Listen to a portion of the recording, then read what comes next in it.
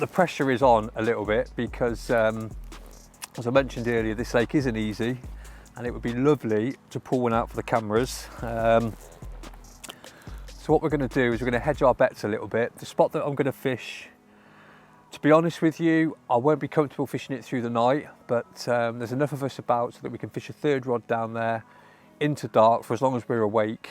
It will be very much a hit and hold situation, and it's screaming out for a solid bag. I'll show you the spot in a bit, but I thought whilst we're here, we may as well knock up a solid bag using what is the most popular material for solid bags in the Katran range, which is Termit. A lot of lads are using it in 35 pounds, 25 pound is fine, even 45 pound is actually really popular with a lot of lads. And the higher you go up in the breaking strain, basically the rigidity just gets a little bit more rigid. So that's the way to think of it, rather than strength. You do well to break any of them. So what we're going to do, knock up a quick bag rig. As I say, this is really dead easy solid bag rig. I'd always recommend that you measure your materials so that you know how much you're going to use and so that you don't waste any, to be honest with you. But for the sake of this video, because we're against the clock, I'm not going to.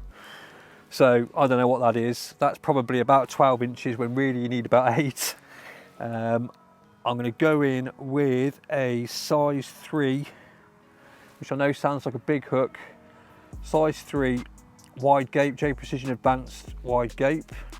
Why an advanced wide gape? Well, because they're very strong, and we are in a hit and hold situation.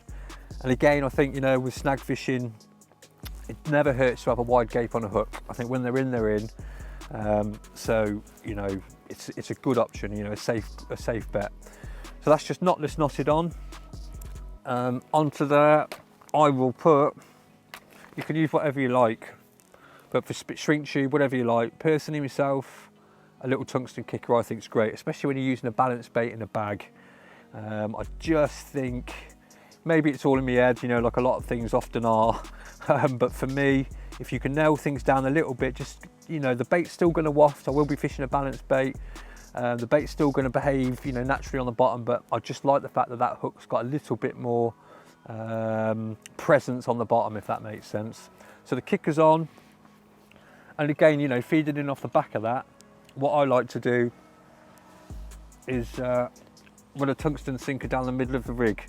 You know, we're only talking about a 4-inch rig, and you might think, well, what's the point? And you may well be right. But to tell you the truth, I just like the idea of when that bag melts, the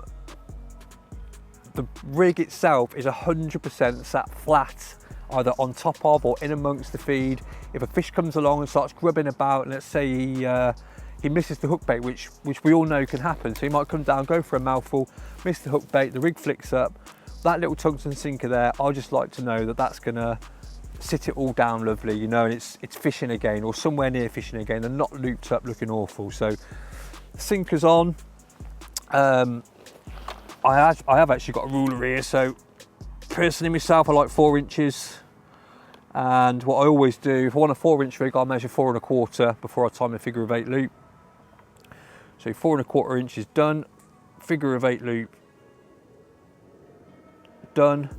And obviously we're going to be using this on an inline drop off, so it's really important that you remember to make quite a big loop so it's easy to thread loop to loop through the big eye of the swivel. So I mean, you know, it doesn't really get a lot easier than that. All I've got to do now is add my micro swivel and we're fishing. So I'll just bang that on. Oh, we're as good as fishing as soon as we've exercised the plan, which is quite a weird and wonderful one, but I think it's our best chance. And as I say, with the rods that we've got out at the moment in this area of the lake, we're covering pretty much all bases.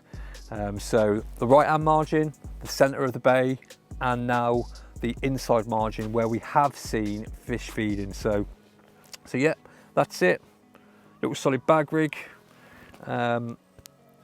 On there, I'm just going to present some kind of balanced bait, be a wafter or maybe a corked out boilie, something like that. Not a lot of feed. Just going to lower it in, clip it up, which we'll show you in a bit, and fingers crossed we can nick one out for the cameras. So we'll see, but we'll keep you updated.